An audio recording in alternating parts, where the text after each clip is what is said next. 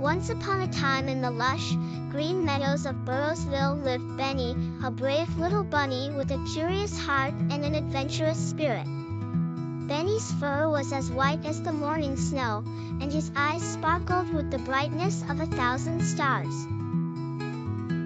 Every day was an opportunity for Benny to explore the world around him, but little did he know that a big adventure awaited him just over the hill.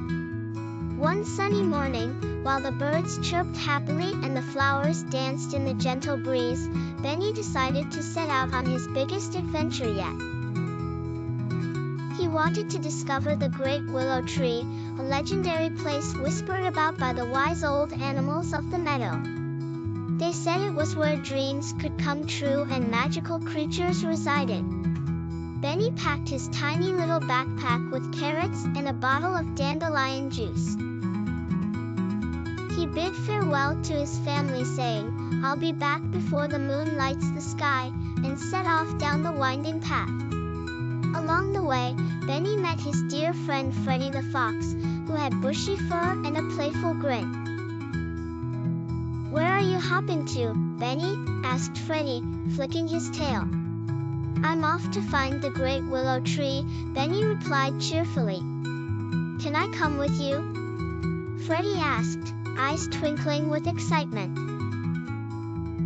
"Of course. The more, the merrier," Benny exclaimed. Together, they journeyed deeper into the forest, hopping over logs and skirting around puddles. Suddenly, they heard a gentle humming sound coming from the bushes. It was Lucy the ladybug, who was painting flowers with colorful dots. "Hello, Benny and Freddie," Lucy said. "What brings you here on such a fine day?" "We're looking for the Great Willow Tree," said Benny, bouncing on his paws. "Oh, how fantastic!" Lucy said, fluttering her wings. "I can show you the way as far as the Giggling Creek." Lucy zipped ahead, leading them along the winding path. Soon, they reached the shimmering waters of Giggling Creek. "Thank you, Lucy," Benny and Freddie called out as Lucy waved goodbye. Benny and Freddie carefully crossed over the stepping stones of the creek when they unexpectedly came face to face with a grumpy hedgehog named Harold. "Who dare interrupt my peaceful nap?" grumbled Harold, his spines bristling. "Oh, mighty Harold," begged Benny. "We didn't mean to disturb you. We're just on our way to the Great Willow Tree." Harold's frown melted away as he heard about the legendary tree. "Ah, the Great Willow Tree. Beware of the Gobbler Gorge, though," he warned, pointing his quill towards a dark, looming path. Though a bit worried, Benny and Freddie pressed on, supporting each other as good friends do.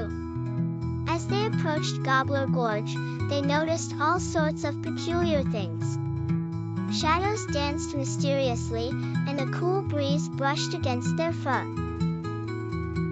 Taking a deep breath, Benny said, "We can do this."